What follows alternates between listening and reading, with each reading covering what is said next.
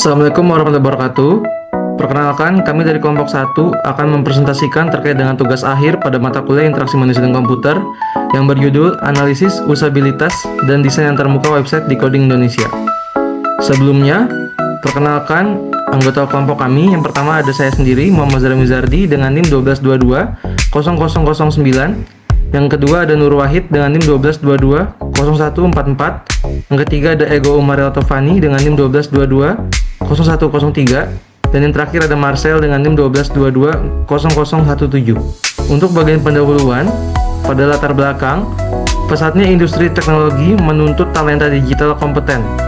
Decoding berperan krusial melalui alur belajar terstruktur, sehingga efektivitas platform sangat bergantung pada UI UX. Kemudian untuk tujuan proyek, yang pertama, menilai tingkat usabilitas website decoding.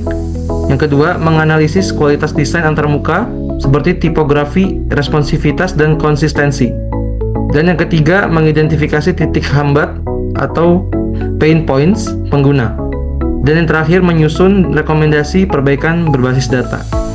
Di sini untuk ruang lingkup dan metodologinya, yang kesatu ruang lingkupnya ialah evaluasi difokuskan pada landing page, katalog, kelas, dashboard, siswa, sistem, submission, serta fitur karir dan tantangan.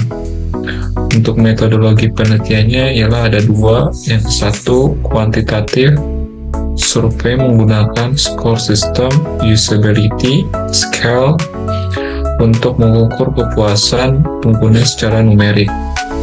Dan yang kedua kualitatif, heuristic evaluation, 10 prinsip Nielsen, observasi langsung, think aloud, dan wawancara mendalam. Profile website Decoding Indonesia.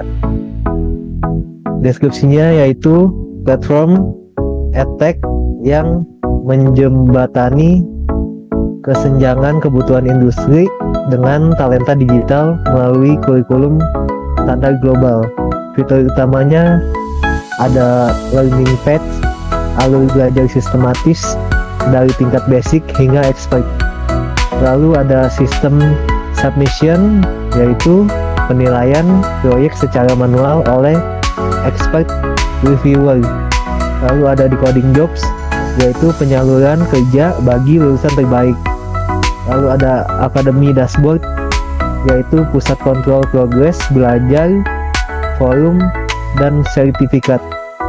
Untuk landasan teori usabilitasnya, 5 komponen usabilitas Nielsen, learnability, kemudian dipelajari, efisiensi, kecepatan tugas, memorability, kemudahan meningkat, error handling, penanggulangan kesalahan, dan satisfaction, kepuasan visual.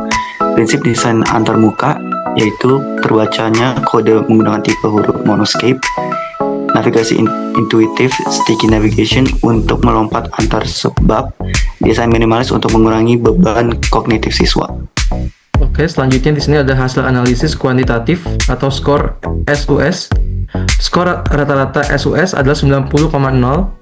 Dengan interpretasi, skor ini masuk dalam kategori excellent, luar biasa dengan grade A. Detail temuan, yang pertama, 100% responden merasa nyaman dan mudah mempelajari sistem sebagai pengguna baru. Yang kedua, efisiensi tinggi. Waktu respon sistem dinilai sangat cepat dengan skor 4,75. Kepercayaan diri, pengguna merasa yakin saat mengoperasikan platform, skor 4,75. Hasil analisis kuantitatif yang kesatu, tata letak dan visualisasi, mencapai skor sempurna 5.0 dalam kemudahan menemukan elemen penting melalui hierarki visual yang jelas. Kedua, konsistensi. Elemen desain seperti icon, tombol, dan tipografi seragam di seluruh halaman, skor 4.75. Dan yang terakhir, umpan balik atau yang disebut feedback. Sistem memberikan informasi yang memadai atas tindakan pengguna, seperti konfirmasi, pendaftaran, atau pengiriman tugas. Nama dan hambatannya. Kekuatan. Proses pendaftaran sangat linear dan tidak membingungkan. Fitur navigasi serta pencarian katalog bekerja dengan optimal. hambatan utama ada pengguna merasa masih memerlukan bantuan teknis. Core 4.0 untuk fitur kompleks seperti submission dan terminal interaktif. Lalu navigasi dashboard cenderung padat karena banyaknya fitur tambahan. Jobs, event, challenge. Lalu tampilan blok kode pada perangkat seluler masih memerlukan horizontal scrolling yang berlebihan. Rekomendasi pemeriksaan strategis yaitu yang paling pertama, indikator progres menambahkan milestone visual pada tahap peninjauan proyek in queue, reviewing, dan result ready. Kedua, optimalisasi mobile, implementasi fitur toggle wrap text atau full screen pada barcode di browser seluler. Ketiga, hierarki visual dashboard menggunakan teknik progressive disclosure untuk menyembunyikan fitur sekunder agar siswa tetap fokus pada progres kelas. Yang terakhir, visualisasi feedback menggunakan highlight warna merah/hijau pada baris kode yang dikomentari oleh reviewer agar lebih intuitif. Oke, untuk bagian kesimpulan dan penutup, kesimpulannya, website e-coding Indonesia adalah ekosistem pembelajaran yang sangat efektif dan komprehensif dengan tingkat usabilitas yang sangat tinggi.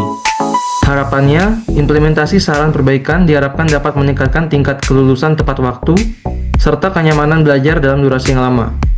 Kemudian untuk sesi tanya jawab, terima kasih atas perhatiannya, kami terbuka terhadap masukan untuk perbaikan lebih lanjut.